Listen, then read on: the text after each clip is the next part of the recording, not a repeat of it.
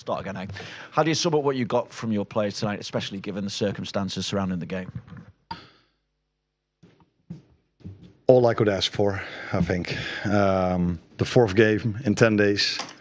That's not what you see a lot in football. 3 in 7 is already a lot, let alone 4 in 10.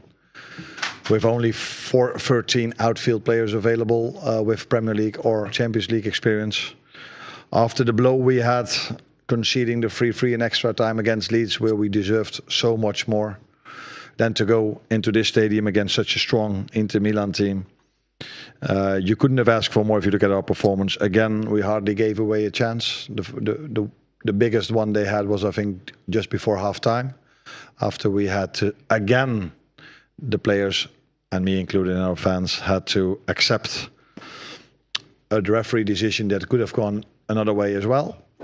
But that's the story, that has been the story of our season, as some other things. So great mentality, second half. We got better and better and better. We were close to scoring already with Conor Bradley and Hugo Ekitike. And in the end, we got a penalty, which is a penalty. We could have had 10 this season, I think. So that was a penalty that I don't think in the Premier League would have been given. But again, I think it was... the first goal was more clear a goal than it was wrong that the penalty was given. You feel in some ways those decisions even themselves out? It shouldn't be like that, of course. But I prefer to score in the 86th minute the 1-0 than in the 38th minute the 1-0. But it shouldn't be like that. I think so many times this season referee decisions have gone against us, either in the Premier League, either in the Champions League. I think this weekend I saw a handball at Brighton against West Ham in the lead up to a goal, and that was allowed. So probably people will tell me, no, there was something different between it, but there's always something that's different, like the goal we scored against City. So yeah, another time where the players showed great mentality, and this time we could win it instead of ending it with a draw. Finally, for me, you're up to 8th in the standings now. How big a moment could this be in your season, do you think? Yeah, that's difficult to see because we cannot foresee the future. But I think it was mainly for us very important that we got a result today, because with an away game to Marseille, also still to play in one home game, we needed points, and and we know how difficult that would be over here because they've been so strong in this stadium, in the league, but definitely also in the Champions League.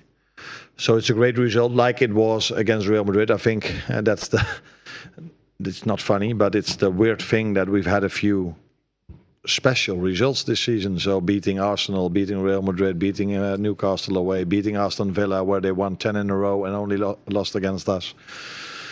So that's why it's so surprising to see that we drop points in so many other games. Although there are multiple reasons, but one of them I just said. The front head. Hi, Coach. Congratulations. Halit Adrian from Armenian Press. And actually, you spoke already about a question that I'm going to ask. Like, the team reacts in the big matches, as you mentioned, with Madrid, with Inter. Are you sure that when going home in Premier League, in the next match, you will see the same performance, you are going to win? So what's the reason? Can you understand this? Thank you. I think most of our performances, except for 2 or 3 maybe, have been the same.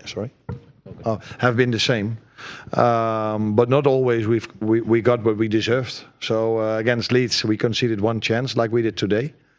But against Leeds, we conceded 3 goals because the VAR interfered for a penalty, and we conceded a set piece. Against Sunderland, we didn't even concede a chance till the 96th minute. But before that, we already conceded a goal by deflection. So I think if you simply look at the last 4 games, the players have fight so hard, showed so much mentality.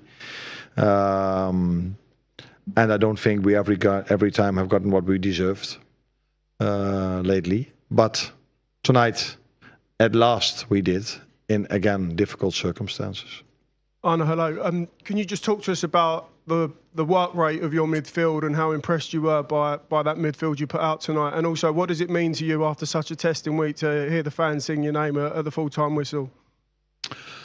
No, I don't think I would do justice to only tell you that our midfield worked so hard. I think I saw all the players showing a lot of commitment to the game plan. In the first half, we tried to keep a +1 in and around our last line. But after the substitutions they made, we struggled more and more with Akanji in the middle, who dribbled into the midfield. So we said during halftime, we have to be more aggressive in our press. We're going to go more 1v1. And then, of course, it's important that your midfield sprints back if they overplay you. But it was the same for our attackers. And I think you are highlighting our midfield. And I would like to highlight one player because he's been highlighted a few times also in a negative way. And this time, I would like to highlight Konate, who played a very good game against two very good strikers together with Virgil. They were, I don't think they made a mistake at all, or like I said, we only conceded one chance. And that's a big compliment if you play against such a good team. And what it means to me, that defending, for me, that means a lot for me. But I've said yesterday, it's not about me, it's about the team. And they were also there for the team. Again, so many away fans in difficult circumstances for the club. And it shows you one more time,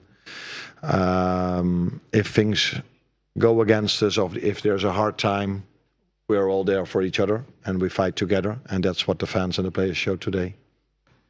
Honor, if it's possible to just clarify, you spoke to the great Clarence Seedorf on the pitch. You said about the talks with Mohamed Salah and the initiative, where the initiative comes from.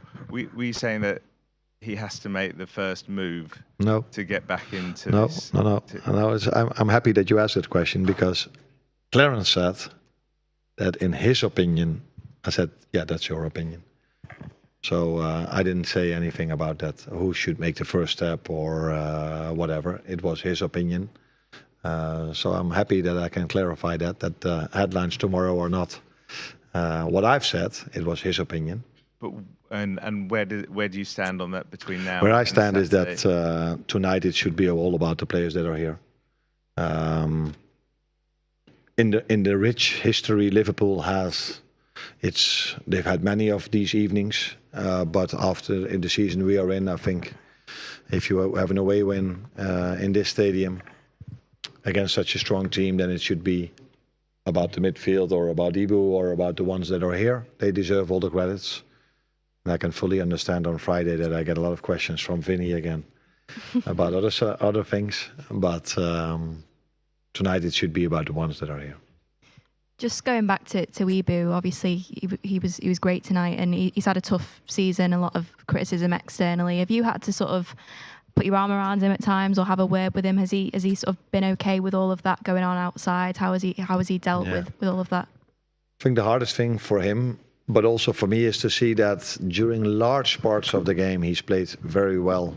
Also in games where he was involved in goals we've conceded. So let's take the PSV game. I think till that moment he played a very good game. And that has been so many times. So it's not a surprise to me that he again played well, but I'm so happy for him that we kept a clean sheet and he wasn't involved in anything that happened tonight. He has also been very unlucky that if you make a mistake or if you are involved in a mistake, that this ball constantly has gone in. And that is the situation where we've been in for weeks, months maybe. Said something about referee decisions. Every chance the other team gets is a goal. Every mistake we make leads immediately to a goal. Again tonight we weren't able to finish our first chances, but because we kept the clean sheet, when we scored our last chance of the game, we could win it today. Richard? Hi, Anna. We're not used to seeing Dominic Szoboszlai take many penalties for you at all. No. Obviously, it's a really high pressure one for him to get, but also does it just feel that whatever you ask of him this season, he'll step up and do it? Yeah, that last thing for sure, because I've asked a lot of him, a lot of different positions. Although no matter what position he plays, I always try to bring him in certain positions. I think what is also special with him is how much he runs in a game. So he's one of the few players that played all 4 games in the last 10 days. I have Ibu and maybe Ibu also all the time 90 together with Virgil, but they play in a different position. So centre backs don't run as much as midfielders have to do.